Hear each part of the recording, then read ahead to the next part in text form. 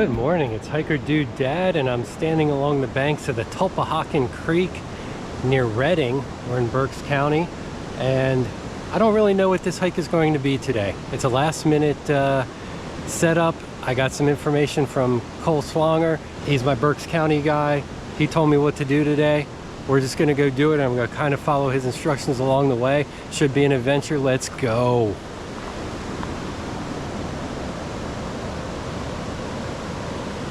Okay, there are clues for me along the way. Apparently there's a bunch of QR codes here. This is stop number 5. But we parked over on the far side of the creek. This, according to the QR code, the stone building adjoining a concrete bridge and dam, which we walked over, was built in 1931 by C. Scott Althouse, a successful Redding chemical dye manufacturer, to provide direct current electricity to be used in a paint making process. And then across the way, the big building is the grist mill constructed by David Gring in 1811. The barn from 1896, center screen here, has been converted to the visitor center. And then the stone house right behind the mill here. Let me zoom in on that stuff. So this is the grist mill, and then the house behind it here has been converted into the Parks and Rec office. And there's the barn. The dam for the mill apparently is farther down this way, and that's the way we're going. So I'm not sure what this channel is here. It's got a kind of an iron gate there. It's flowing with the water. You can see water kind of gushing through the walls here. Code does not say what this is. I'm not sure exactly where the Union Canal kind of lies along here. The big body of water is Tulpehocken Creek. But this channel kind of runs parallel. I would think a canal would be wider. Back there it was only, 2 feet wide maybe. But you can see this channel goes under this bridge and out that way. Not a ton of water in there, but maybe that was the canal. Here it looks wide enough. Here it looks at least 12, 15 feet wide. I'll keep going, see if there's more info. Beautiful trail so far. I'm trying to take advantage of a break in the rain that's been plaguing us. It is June 17th, and the past week has been completely wet. It's also been quite cool, but it's getting warmer. My son had a lacrosse tournament this past weekend. It was like 60 degrees and rainy the whole time. This is the first of my sport camp hikes. Might as well make this a series. There's going to be like 3 of these, but I dropped my son off at a lacrosse camp at Wilson High School yesterday, today, and tomorrow. It's run by PLL players, which is awesome. He's going to actually get to meet Brennan O'Neill tomorrow. That was a big get for the tournament. That was amazing, but the guy that runs it is a teammate of his, so that was awesome. But I got time to kill during these tournaments.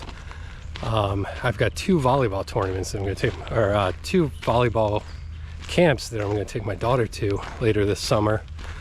One is near Shenandoah, and I'll get to preview our big vacation a week early. And the other is in Juniata, so that's near Huntington. Plenty of hiking to do up there, so might just make this like a what I do during sports camp series. All the woods are super lush and green. It's very humid today.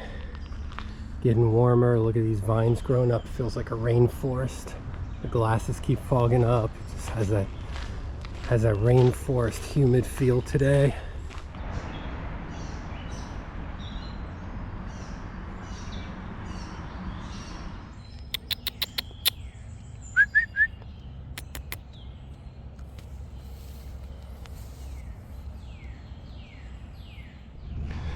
So I took this dirt path Here's some grass here. I see a bunny ahead.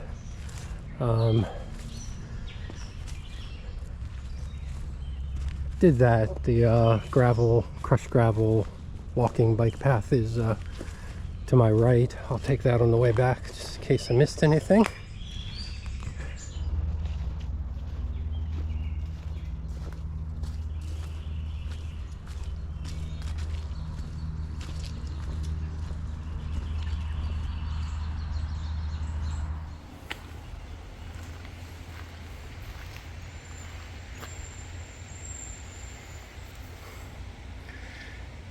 Glanced over and saw her looking up. She's only 20 feet away from me right now. Thinking about it, and leaving. Alright, so I think by taking that path down near the creek I missed marker 6, so we'll hit that one on the way back. But marker 7 here is for J.B. Winter's grist mill. So he had a mill, not sure which side of the road it's on. It's pretty thick and forested on either side, so I don't know that there's any chance of seeing ruins. But as we move up here, there should be a cemetery nearby. Oh.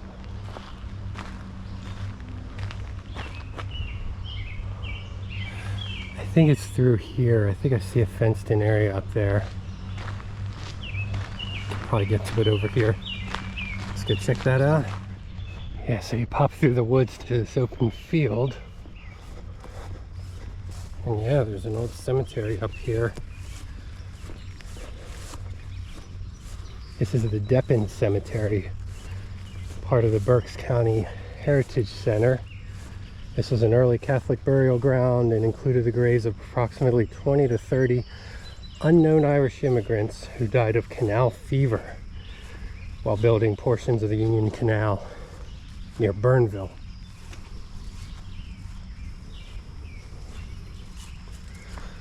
So canal fever, I don't know, maybe like a malaria or something.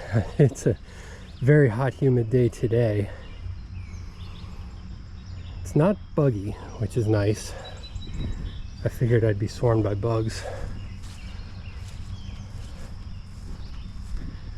But back then, who knows? Maybe it was Mosquito City while they were building the canal.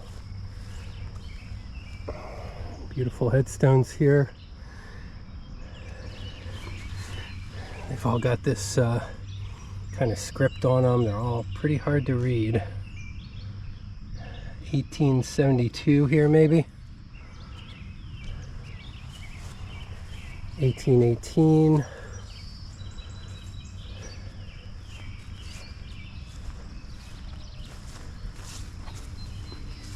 Oh, 1747 right here. 1808. Okay, maybe that's born and died. 1747 to 1808. It's a shame most of these are so faded. They're hard to read.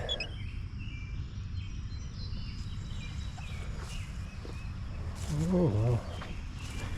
Nice little plot here. A lot of history on this trail so far. This former dairy farm is the Berks County Heritage Center. Features on site include the Gruber Wagon Works, built in 1882, and the Bicentennial Eagle Memorial, which is here. It looks like it's surrounded by flagpoles, but that is the Bicentennial Eagle Memorial. Alright, there's some lawn mowing action going on here, so I'll try and speak over it, but this is Wertz Covered Bridge near the Heritage Center, crossing Tupplehocken Creek.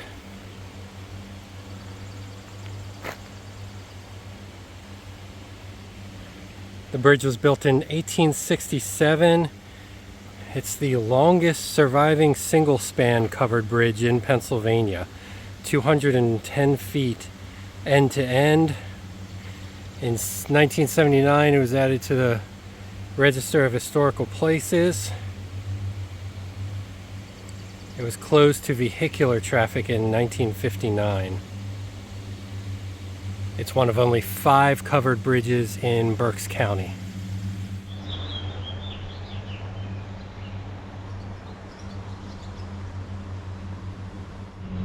This metal A-frame here has a cable running across the creek that operated a cable car back in the day.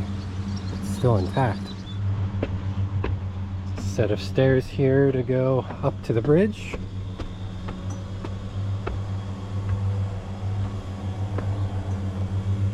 See that cable car frame.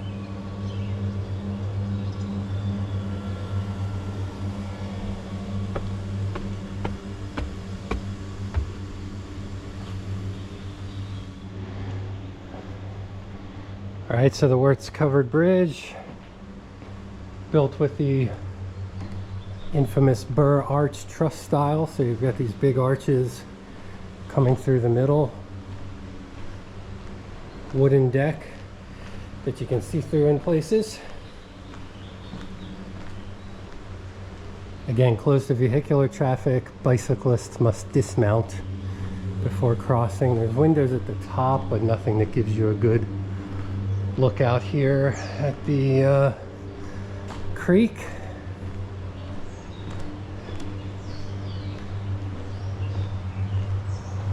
"210 feet long."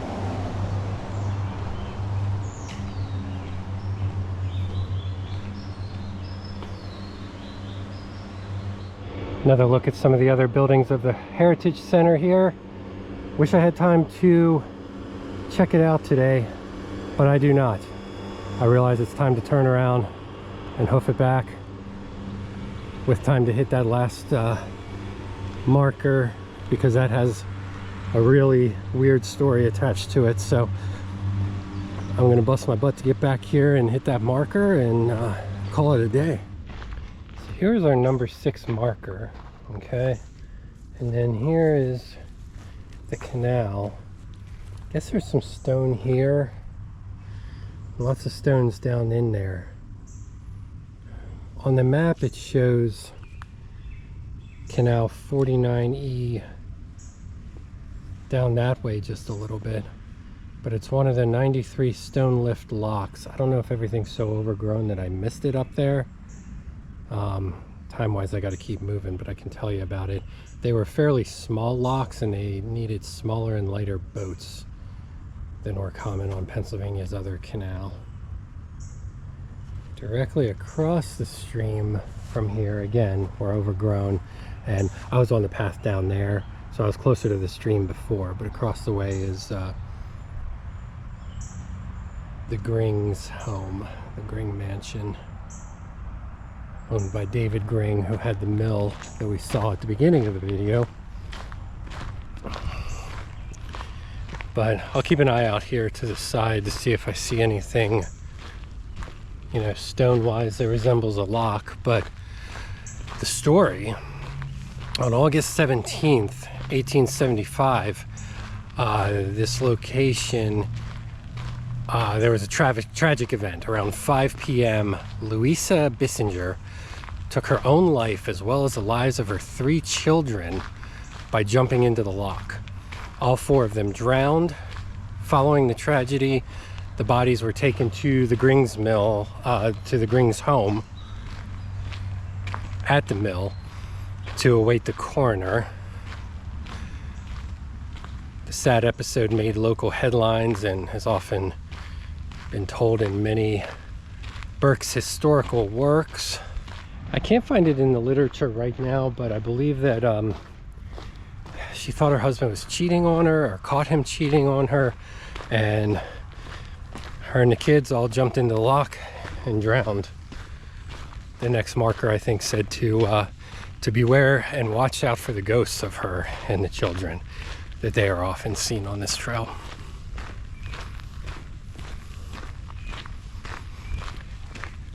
It's starting to rain a little bit. What's new?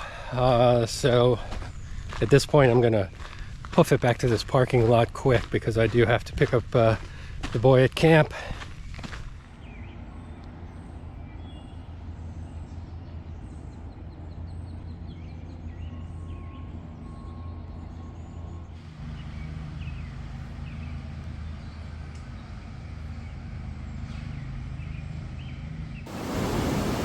That heron from the beginning of the video is still here, like an hour later.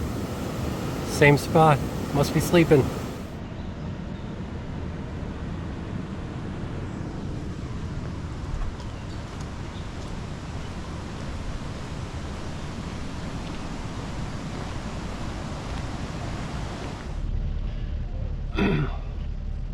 All right, thanks for watching this video that I was lucky enough to come up with at the last minute. Thank you, Cole Swanger, for cluing me into this place, giving me a history of it, all via text message, all an hour before I came out. Time to head back to La Crosse camp, pick up B-Dog. If you like what I'm doing, please like, subscribe, ring that bell for notifications. Cole and I are gonna go to a absolute waterfall mecca in 2 days. So keep watching, please enjoy that. Thanks a lot. We'll see you next time.